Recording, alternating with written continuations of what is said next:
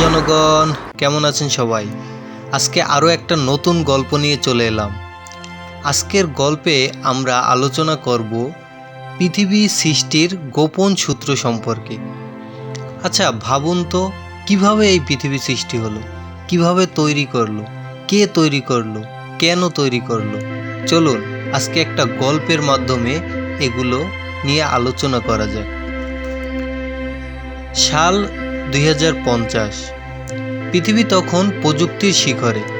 কৃত্রিম বুদ্ধিমত্তা, মঙ্গল উপনিবেশ, এমনকি ওয়ার্মহোল ব্যবহার করে দূরে মহাকাশে ভ্রমণ সবই সম্ভব হয়েছে।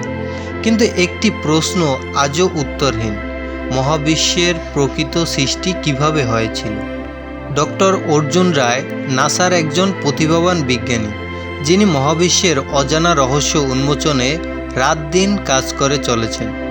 হঠাৎ একদিন তিনি একটি অদ্ভুত সংকেত শনাক্ত করেন, যা সরাসরি অ্যান্ড্রোমিডা গ্যালাক্সি থেকে আসছে। সংকেতটি এতটাই জটিল যে পৃথিবীর সবচেয়ে শক্তিশালী কম্পিউটারও সেটি পুরোপুরি বিশ্লেষণ করতে পারছিল না। অর্জুনের দল সংকেতটিকে ডিকোড করার চেষ্টা শুরু করে। সংকেতের ভেতর এক ধরনের ভাষা এবং জটিল গাণিতিক সমীকরণ ছিল। কয়েক সপ্তাহ কাজ করার পর অর্জুন এক ভয়াবহ সত্য আবিষ্কার করেন। সংকেতটি আসলে মহাবিশ্ব সৃষ্টির একটি কোড।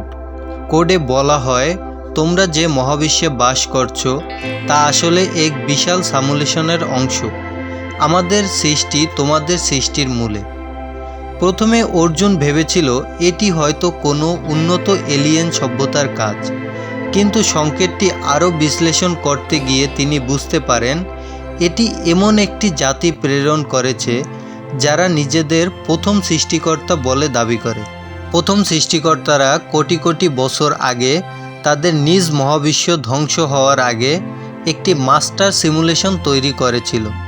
এই সিমুলেশনের ভেতরে লক্ষ লক্ষ কোটি কোটি মহাবিশ্ব রয়েছে, যেখানে প্রতিটি মহাবিশ্ব আলাদা আলাদাভাবে বিকাশ লাভ করে। তাদের উদ্দেশ্য ছিল নিজেদের অস্তিত্ব টিকিয়ে রাখা। অর্জুন সংকেতটির শেষে একটি ভয়াবহ সতর্কবার্তা পান: মানুষ যদি এই সত্য জানতে চায় তবে তাদের জন্য এর চরম মূল্য দিতে হবে। এই সত্য জানার পর তোমাদের মহাবিশ্বের সিমুলেশন বন্ধ হয়ে যেতে পারে। অর্জুন মনে মনে দ্বিধায় পড়ে গেল। তিনি কি মানবজাতিকে সত্য জানাবেন, নাকি এই সত্যকে গোপন রাখবেন? অর্জুন তার দলকে নিয়ে এই সংকেত সম্পর্কে বিশ্ব নেতাদের জানাতে চান, কিন্তু তার আগেই পৃথিবীর বিভিন্ন শক্তিধর দেশ এই সংকেতের অস্তিত্ব টের পেয়ে যায়। বিশ্ব জুড়ে ছড়িয়ে পড়ে উত্তেজনা। এদিকে সংকেতটি ধীরে ধীরে নতুন তথ্য প্রকাশ করতে থাকে। সংকেতের শেষ অংশে আরও একটি কোড ছিল, যা মাস্টার সিমুলেশন এর রিমোট অ্যাক্সেস খুলে দেয়। অর্থাৎ এই কোড ব্যবহার করে মহাবিশ্বের নিয়ন্ত্রণ নেওয়া সম্ভব।